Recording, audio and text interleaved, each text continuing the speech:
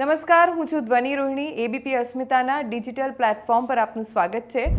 સુરતનું પાલી ગામ, જ્યાં એવી કરુણાંતિકા સર્જાઈ કે 7 લોકોના મોત થઈ ગયા. 5 માળની બિલ્ડિંગ અચાનક ધરાશાયી થઈ અને 7 લોકોએ જીવ ગુમાવ્યો. આ આખી જે દુર્ઘટના સર્જાઈ ત્યારથી લઈને હમણાં ગત રાત સુધીનું જેટલું પણ કવરેજ કર્યું અમારા સંવાદદાતા, મારા સહયોગી ધનરાજ બાગલે અત્યારે મારી સાથે છે. ધનરાજ, શું બન્યું હતું અને જ્યારે દુર્ઘટના સર્જાઈ, વિડીયો પણ આવ્યા છે જેમાંથી એક વ્યક્તિને બહાર કાઢવામાં આવે છે, શું બન્યું હતું? ખરેખર હકીકત શું છે?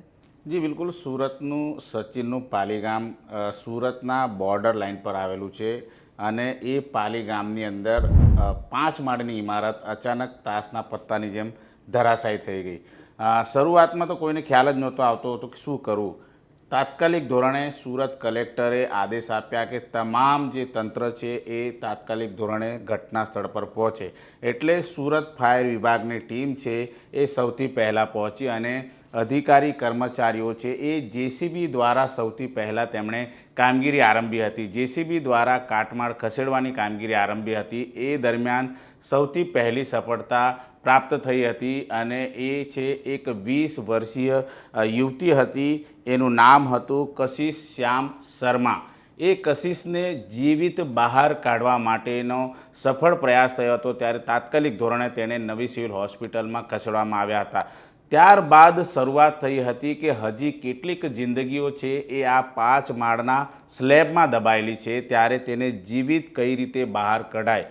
ત્યારે Surat police commissioner, collector, Surat mayor સહિતના તમામ પદાધિકારીઓ છે સંકલન મિટિંગ કરી હતી અને સૌથી પહેલાં જીવિત કાઢવા માટે પ્રયાસ કરવામાં આવ્યા હતા. ત્યારે નવા 3 પોકલેન્ડ મશીન મંગાવવામાં આવ્યા હતા અને એક બાદ એક કાટમાળ ખસેડવામાં શરૂઆત કરવામાં આવી હતી. પરંતુ જેમ જેમ કાટમાળ ખસેડવાની શરૂઆત કરવામાં આવી હતી તેમ તેમ મૃતદેહ છે એ બહાર નીકળવાની શરૂઆત થઈ હતી.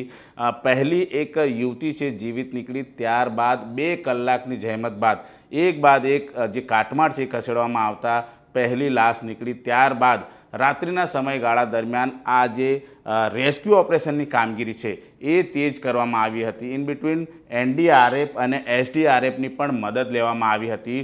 ત્યારે સૌથી મહત્ત્વની વાત છે કે 5 માળના જે સ્લેબ છે એ સ્લેબ એકની ઉપર એક એમ કરીને થરમાં જે તૂટી પડ્યા હતા, ત્યારે એને કઈ રીતે તોડવું એને સૌથી પહેલાં પ્રાધાન્ય આપવામાં આવ્યું હતું. ત્યારે જે 10 થી 12 જેટલી કટરો છે એ કટરો દ્વારા સળિયાને કાપવામાં આવ્યા. મોટા મોટા પિલરો હતા એ પિલરોને કાપવામાં આવ્યા અને ત્યારબાદ એક બાદ એક જે જિંદગી હતી એને બચાવવાનો પ્રયાસ કરવામાં આવ્યો. પરંતુ માત્ર એક યુવતી બચી શકી છે અને 7 લોકોના કરુણ મોત થયા છે. હજી પણ જે રેસ્ક્યુ ઓપરેશન છે, કાટમાળ ખસેડવાની કામગીરી છે એ ચાલી રહી છે. સ્થાનિક લોકોના કહેવા મુજબ જે 5 માળની ઇમારત હતી એમાં 30 થી 35 મકાનો હતા અને 4 થી 5 જ મકાનમાં આ તમામ જે રહેવાસીઓ હતા રહેતા હતા. સદનસીબે મોટી દુર્ઘટના, હજી તો 7 જે મૃતાંક છે પહોંચ્યો છે. જો રજાનો દિવસ હોત તો આ મૃત્યાંક વધ્યો હોત, કારણ કે જ્યાં 5 મકાનમાં રહેતા હતા એ 3 મકાનના લોકો તો નોકરીએ જતા રહ્યા હતા અને તે બચી ગયા છે સદનસીબે. પરંતુ અત્યારે 7 લોકોના મોત થયા છે. હવે વાત આવે છે કે આ ઇમારત કઈ રીતે ધસી. ખૂબ જ જૂની ઇમારત છે અને તેની માલિક છે એ વિદેશી છે, અત્યારે વિદેશમાં છે, ત્યાં રહે છે અને અહીં ભાડેથી આ રૂમ આપતા હતા. જે ગેરકાયદેસર ઇમારત હોય છે એ ઇમારતો ત્યાં ખૂબ જ જોવા મળી છે. સચિનના પાલી ગામ છે, તમે જ્યારે રસ્તા ઉપર પાસ થાવ છો ત્યારે લગોલગ આવીને એવી ઇમારતો બની ચૂકી છે. અને જે આ ઘટના બની હતી બરાબર તેની સામે પણ જે તમે બાંધકામ સ્ટ્રક્ચર જોશો તો ખ્યાલ આવશે કે આ તો કેવી ઇમારત. અને એવી ઇમારતોમાં ઠૂસીને 10 બાય 10ની રૂમ બનાવવામાં આવતી હોય છે અને એનું ભાડું કમાવા માટે આ પ્રમાણે ઘેટા બકરાની જેમ લોકો ત્યાં રહેતા હોય છે. અને હલકી કક્ષાની ગુણવત્તાના કારણે જ જે સિમેન્ટ કોન્ક્રીટ છે વપરાયું હશે, એના કારણે ઇમારત ઢસી હોય એવી શક્યતા. આ ગેરકાયદે બાંધકામ હતું? જે 5 માળનું બાંધકામ હતું એ કાયદેસરનું હતું, ગેરકાયદે હતું, મંજૂરી હતી નહોતી, કોઈ વિગતો મળી છે ખરી? સચિન પાલી ગામમાં જ્યારે આ ઇમારત છે એ 5 માળની ઇમારત બાંધકામ કરવામાં આવી હતી ત્યારે સમય ખૂબ જ થઈ ગયો હતો. જે તે સમયે જ્યારે પાલી ગામમાં નગરપાલિકા હતી ત્યારે આ બાંધકામ થયું હતું. ત્યારબાદ આ મિલકત છે એ જર્જરિત થઈ ચૂકી હતી. એટલે સુરત મહાનગરપાલિકાએ નોટિસ ફટકારી હતી અને કહ્યું હતું કે ભાઈ આ મકાન છે એ ખસેડી લેવામાં આવે કે તો ઉતારી લેવામાં આવે. પરંતુ ત્યાંના જે માલિક છે એમણે કોઈપણ જાતની કાર્યવાહી નહોતી કરી. નોટિસ આપ્યા છતાં કોઈપણ જાતની કાર્યવાહી નથી કરી. અંતે આ ઇમારત તાસના પત્તાની જેમ ઢળી ગઈ અને 7 લોકોને મોતના મુખમાં મૂકી ગઈ. એ ખૂબ જ કરુણ કહી શકાય. ગેરકાયદેસર બાંધકામ છે એનો રાફડો છે એ સુરતમાં ઠેર ઠેર જોવા મળતો હોય છે. જે ટેબલ નીચેનો વહીવટ થતો હોય છે અને એ વહીવટના કારણે આ પ્રમાણે ઠેક ઠેકાણે સુરત શહેરમાં ગેરકાયદેસર બાંધકામ થઈ ગયા છે. જો કે અધિકારીઓ કડકાઈથી કામ કરે તો આ પ્રમાણેની ઘટના નહીં ઘટે. સુરતમાં જે પ્રમાણે તક્ષશિલા અગ્નિકાંડ થયો હતો એમાં પણ જે પ્રમાણે અધિકારીઓ કર્મચારીઓને જે સજા થવી જોઈએ હજી સુધી થઈ નથી એવું પરિવારજનો કહે છે.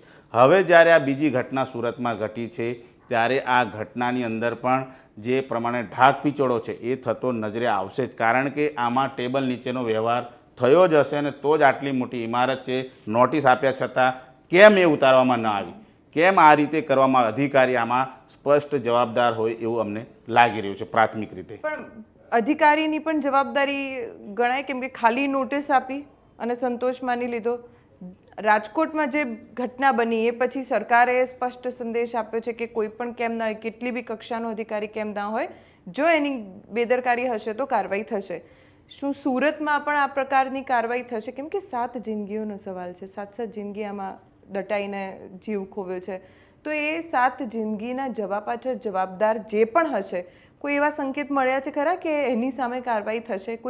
કોઈ સક્રિયતા દેખાય છે ખરી કાર્યવાહીની? જો બધા અધિકારી કર્મચારીઓ કહે છે કે જવાબદાર વિરુદ્ધ કાર્યવાહી કરવામાં આવશે. આ જે શબ્દ છે ને એ ખૂબ જ એમ બોલવામાં રૂપાળો લાગે, પરંતુ જ્યારે કામ કરવાનું આવે ને ત્યારે કશું થતું નથી.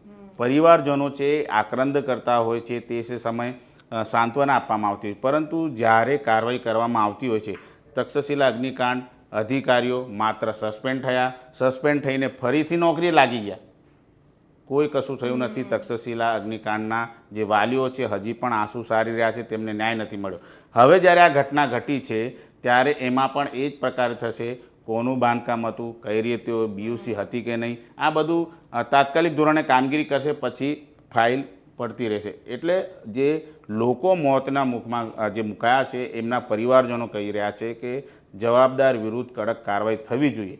પરંતુ સુરત શહેરમાં જે 8 ઝોન આવ્યા છે, 8 ઝોનમાં ગેરકાયદેસર બાંધકામ સૌથી વધારે છે.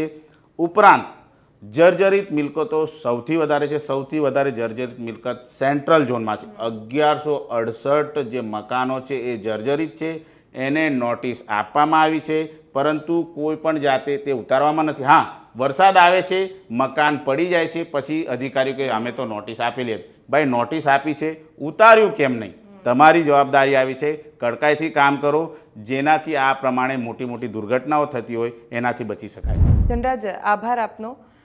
નોટિસ આપીને ખાલી સંતોષ નહીં મનાવાય, કેમ કે જો ખાલી નોટિસ આપીને બચાવ કરશો કે ભાઈ અમે નોટિસ આપી હતી, આ મકાન ઉતારવાની જવાબદારી માલિકની છે, તો એ નહીં ચાલે. આમ જ આપણા ગુજરાતમાં દુર્ઘટનાઓ બનતી રહેશે અને હવે એવું થઈ ગયું છે કે ગુજરાત આવી દુર્ઘટનાઓના કારણે પંકાઈ રહ્યું છે. આ ગુજરાત જાણીતું ઘણી બધી સારી વાતો માટે છે, પણ છેલ્લા કેટલાક સમયથી આપણે જોઈએ છે કે હવે ગુજરાતની જો દેશ સ્તરે કે વિશ્વ સ્તરે ચર્ચા થતી હોય તો આવી દુર્ઘટનાઓના કારણે ન જ થવી જોઈએ અને તેની પાછળ જે કોઈ પણ જવાબદાર હોય, અધિકારી હોય કે કોઈ પણ કેમ ના હોય, એની સામે કાર્યવાહી તો થવી જ જોઈએ.